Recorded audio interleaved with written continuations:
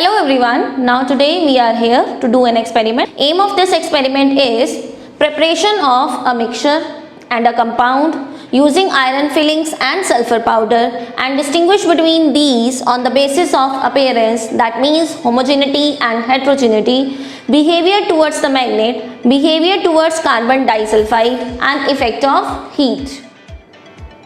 Let's discuss some theory related to this topic. Here we will talk about mixture and compound. Mixture is a substance that formed by mixing two or more elements or compound in any ratio.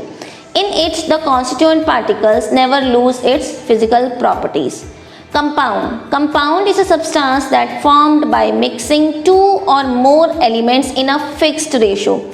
They chemically react with each other, that's why their properties are different from the constituents particles.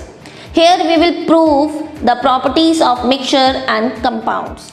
Material required to do this activity are test tubes, carbon disulfide, sulfur powder that I have taken in the beaker, it has the yellow in appearance, iron fillings, magnets, test tube stand.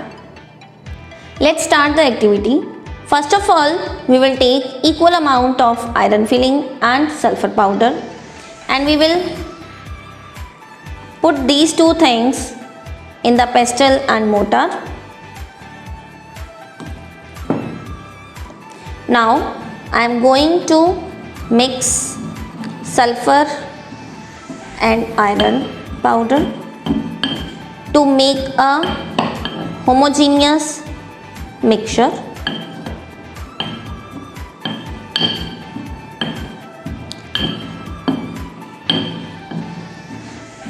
In this pestle and mortar, the iron and sulfur powder physically mix. There is no chemical reaction between the iron and sulfur. So that's why it will result in the formation of the mixture of the iron and sulfur. So this I have prepared the mixture of iron and sulfur. I will collect this mixture in a bowl. This mixture I am taking in a test tube.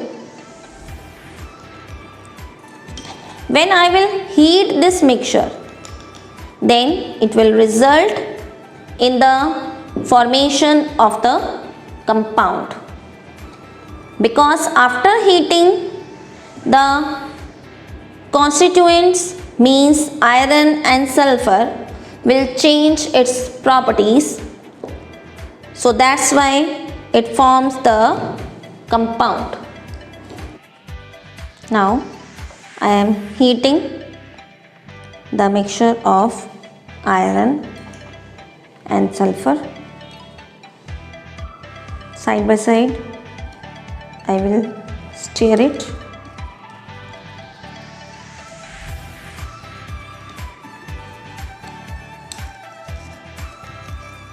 Now we will stop heating. Now this is the mixture of iron and sulfur, and this thing we have formed after heating the mixture of iron and sulfur. Now we will collect it in the other bowl.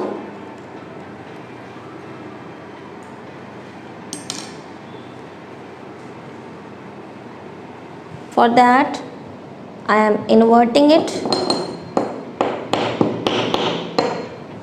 but this is not coming out, so that's why I will break this test tube to collect the thing that we have formed after heating the mixture of iron and sulfur.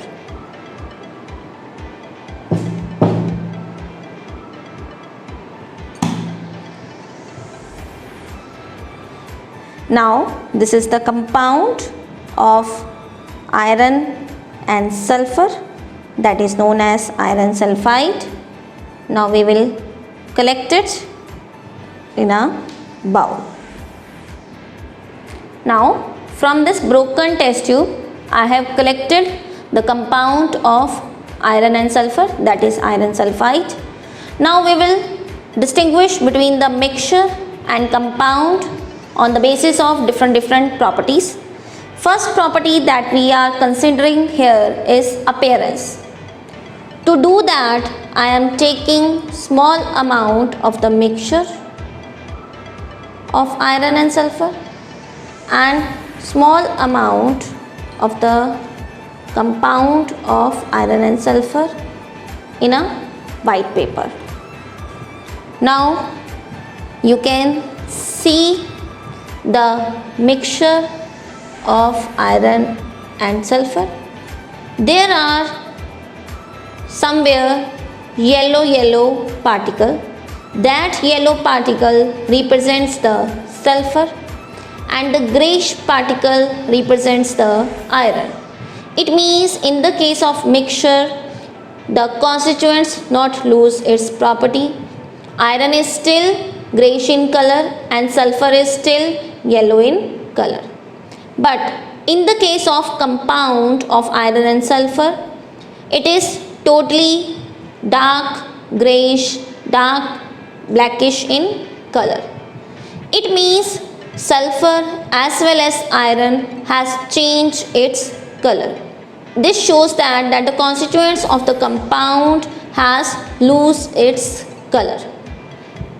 As well as it shows that mixture is heterogeneous in nature because there are somewhere yellow particle and somewhere greyish particle, and compound is homogeneous in nature because it is totally same in color, it is totally dark greyish in color. Now let's distinguish between the mixture and compound on the basis of behavior towards the magnet. For that I am bringing one bar magnet near to the mixture of iron and sulfur. You can see that iron is attracted towards the magnet because of the magnetic property, but sulfur is not attracted towards the magnet. This yellow thing represents the sulfur. If I am taking magnet near to this sulfur particle, then it is not attracted towards the magnet.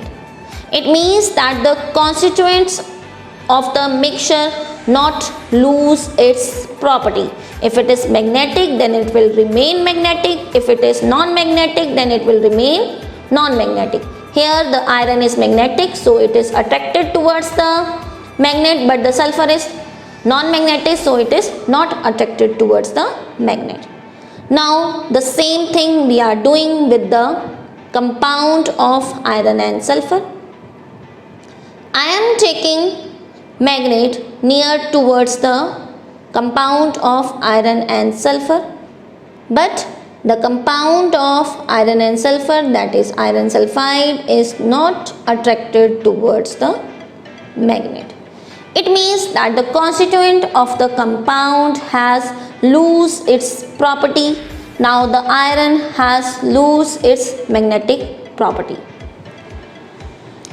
Now let's distinguish between the mixture and compound on the basis of next property, in which we will see the behavior of the mixture and compound towards the carbon disulfide.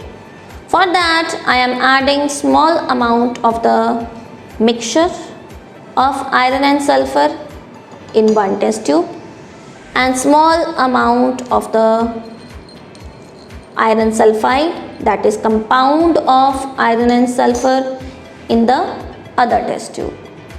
Now this I have taken 10 ml of the carbon disulfide. I am adding this 10 ml of the carbon disulfide in the mixture of iron and sulfur, and this 10 ml of the carbon disulfide in the compound of iron and sulfur. Now see, in the case of the mixture, the carbon disulfide has changed its color and iron is insoluble in the carbon disulfide, so that's why it is settled down at the base of this test tube. To show you clearly, I am pouring the liquid from the test tube in the other beaker. Now you can see that this greyish thing is the iron that is insoluble in the carbon disulfide, but sulfur has dissolved in the carbon disulfide. Now observe the compound. Now see that there is no reaction between the compound of iron and sulfur. It is insoluble in the carbon disulfide. To show you clearly that compound of iron and sulfur is insoluble in the carbon disulfide, and see that iron sulfide is settled down at the base of the test tube. Now let's see the effect of the heat on the compound of iron and sulfur and mixture of iron and sulfur. For that I am taking small amount of the iron sulfide, that is compound of iron and sulfur, in a test tube. You can see that it is dark greyish blackish in color. Now we will heat the compound of iron and sulfur, that is iron sulfide, and see its color after some time heating. Side by side I am taking small amount of the mixture of iron and sulfur in a next test tube. You can see its color. It is somewhere yellowish, somewhere greyish, and after heating we will observe its color.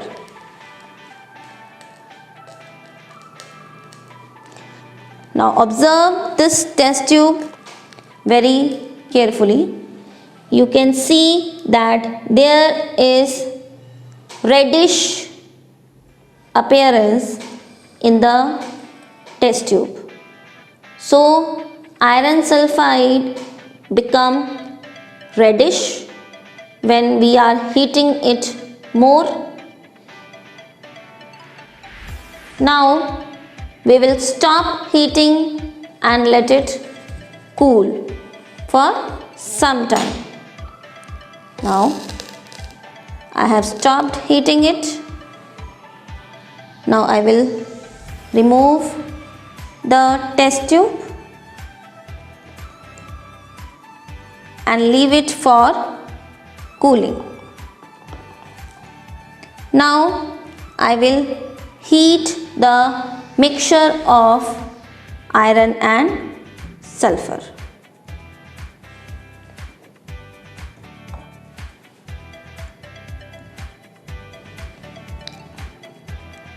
When I will heat the mixture of iron and sulfur, then firstly it will melt and then it will convert it into the compound of iron and sulfur that we have already made initially. Now this is the compound of iron sulfide after heating. When we were heating it, then it become reddish hot.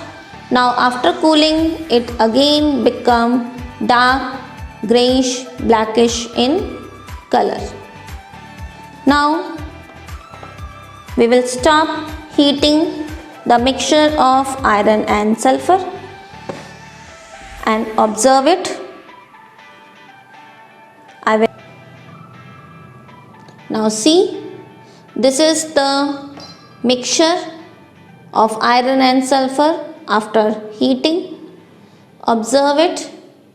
It has changed its color into the dark grayish blackish in color.